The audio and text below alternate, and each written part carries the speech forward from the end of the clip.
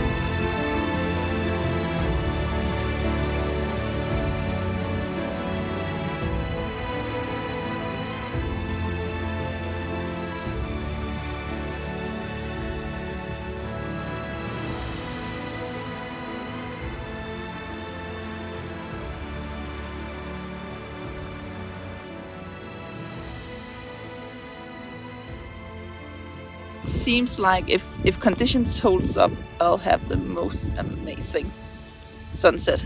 Hopefully, I've said that like the last 3 days, but I hope tonight is the night, and otherwise I'll try and aim for the sunrise instead. And if I miss the sunset, because I'm not actually sure if you can see this mountain, it's called the castle. The one behind me is called the temple, and I've camped in the Temple Valley. But I think that this mountain, the castle, I think that's actually in the way, because due north is exactly that direction, and I think the sunset happens like there, and then the sunrise happens around there. So I can still catch some pretty colors in the sky, hopefully like I did last night, but not actually seeing that. That's the one thing I love mountains above all. I love being up here. I love seeing them. I love the rugged nature, the unforgivingness of them. They just are, I love that. But I've grown up in Denmark, and Denmark is quite flat, meaning it's very not abnormal, but you can almost always see the sunset and sunrise. You can always see it, dip below the horizon because it's so flat. And the part where I'm from, it's like flat, really flat. I think we have the place I grew up. I don't live there anymore, but where I grew up, I think we had like one hill in the entire county. So yeah, that's as much as I love hills and mountains and stuff like that. It's quite funny how the fact that I grew up with being able to see the sun set and rise is like I need it. Yeah, it's just a funny little tidbit of information. But another thing, I'm a bit, again, worried is not the right word, but a lot of reindeer that camped out on the snow next to my tent earlier today, I think they all went into the valley that I have planned to hike into. And I don't want to bother them. So my plan is right now to just hike up this. There's like a small hill, and then the valley starts down there. And see if... Oh, look, there's some of them up there. Oh, they're coming back. That was what I was afraid of, that they wouldn't come back before I needed to go into the valley. Look at that. Again, I won't have to, start my hike until like in a few hours at the earliest, so they have time to come out again, which I hope they will, because again, I don't want to bother them. This is their home and their space, and they didn't seem bothered by the fact that I was just, there, but walking up towards them with my camera at my weird dog who 1 second is, chill and the next second screams. I don't want to impose that on them because, again, it's their home and I'm just a visitor. So we'll see. It seems like there's quite a few of them coming up now. Hopefully that means they'll move out of the valley before I have to go into it. Great! Then that got solved.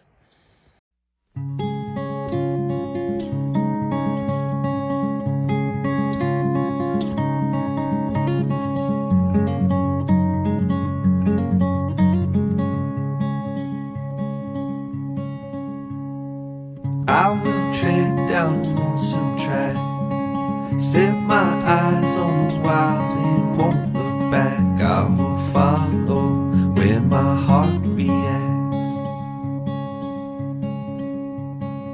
venture out to the great unknown, find a place where I can feel alive again, throw caution to the wind. I'll find my feet on the way. I'll find my feet on the way.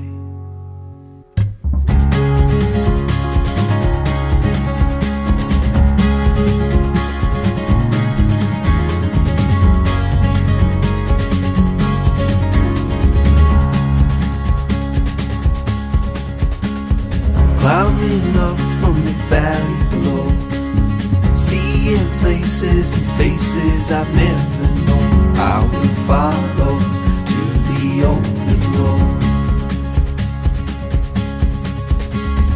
Through the trees till I see the sun.